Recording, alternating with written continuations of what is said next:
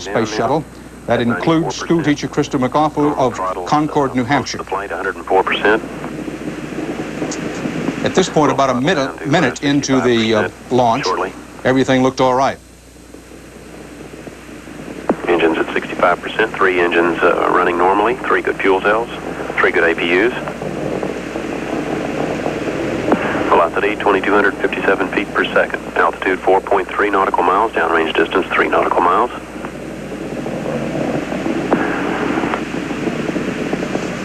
Engines throttling up, 3 engines now at 104%. Challenger, go at throttle up. Roger, go at throttle up.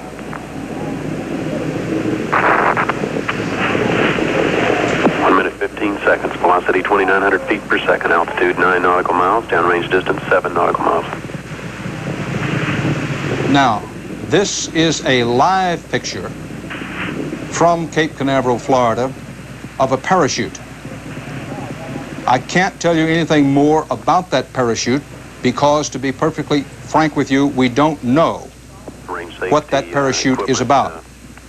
Now, let me repeat, because this story is it's a breaking story, obviously an important story, a big story, the kind of news that no one wants to report.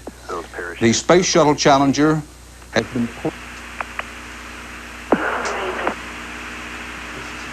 Flight controllers reviewing their data here in Mission Control. We will provide you with more information as it becomes available. This is Mission Control, Houston. Now, the information from Mission Control in Florida, and that was live from the Mission Control in Houston. Those of you who followed the space program know that the launches are made from Florida, but Mission Control, that part of it, that the parachute you saw was a paramedic who was parachuting into the area in the water off the coast of Florida, where it was believed that possibly some of the debris from what is thought to be the exploded space shuttle was coming down. Understand the picture as best we can. Then, apparently, reportedly, this is the word from NASA, the vehicle reportedly exploded. Now, we're going to roll the tape again for you of this morning's launch. As of this morning, this is the launch 10 seconds before the explosion. Let's listen and watch. Challenger, go at throttle up. Roger, go at throttle up.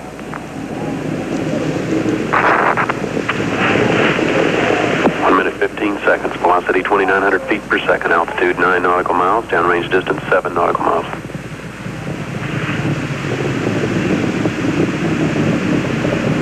It was at this point that something happened.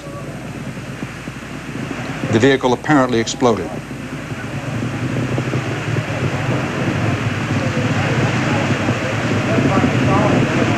Confusion at Cape Canaveral, scene of the launch, and some confusion at Mission Control in Houston.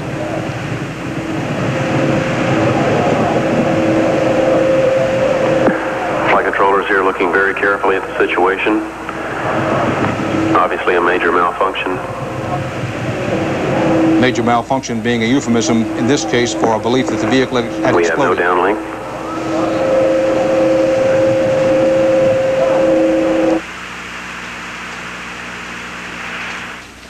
And after that, NASA dispatched as quickly as possible recovery ships to the area in which what is presumably to be left of the space shuttle were headed toward the scene. The parachute shot that those of you who have been with us during this CBS News special reports may have seen is now confirmed to be a paramedic who was parachuted into the general area. Now, it's important to emphasize to you what we know about this story and what we don't know about this story. Number one, nobody knows what happened, exactly what happened aboard the space shuttle this morning. What we do know is that NASA says that something happened to the space shuttle. Reportedly, the vehicle exploded. A minute and 12 seconds into the launch, recovery ships are on the way to an area where whatever and whomever is left of the space shuttle might have come down. A paramedic has parachuted into the area.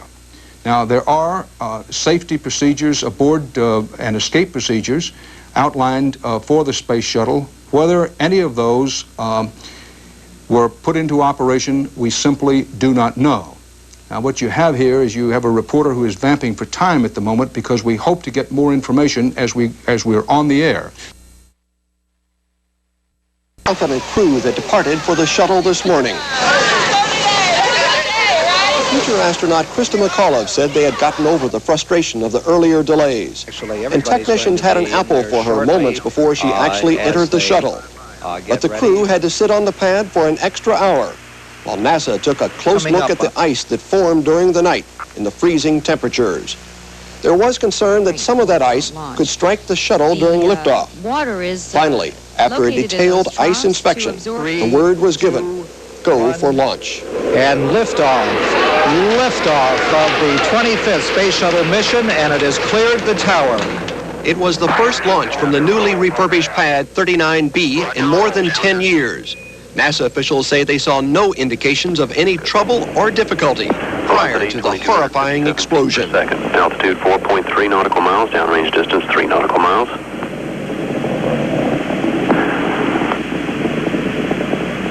Engines throttling up, 3 engines now at 104%. Challenger, go at throttle up. Challenger, go at throttle up. Oh my God. The explosion appeared to destroy Challenger. The solid rocket boosters emerged from the fireball, continuing to fly uncontrollably for several seconds before plunging into the Atlantic Ocean, leaving a trail of smoke. Coast Guard Lieutenant Dave Baird watched the explosion from aboard a commercial jet. Basically, it looked like it just tore itself to shreds and was on fire. And it looked like a kid's airplane being hit by the wind, and it didn't appear that anything could have survived from our vantage point.